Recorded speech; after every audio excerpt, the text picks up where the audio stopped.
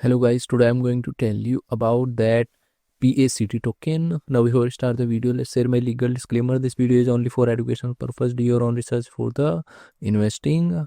According to the white paper, PACT infrastructure enables fintechs and assets managers to access stablecoin capital, manage repayments flows, and scale lending operation across borders.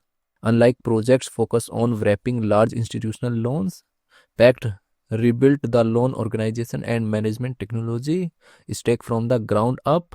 This approach reduces reliance on technological intermediaries, lowers the cost of capital, reduce the risk of certain kinds of fraud, and expand access to credit, unlocking high frequency lending and microcredit at scale. PACT provides the infrastructure loans to be issued and repaid in stablecoin. Now everyone who borrows money has a wallet and is seamlessly onboarded into the crypto economy. This provides the backbone that enables fintechs transitions into stablecoin powered financial institutions, advancing both stablecoin adoption and the modernization of global lending.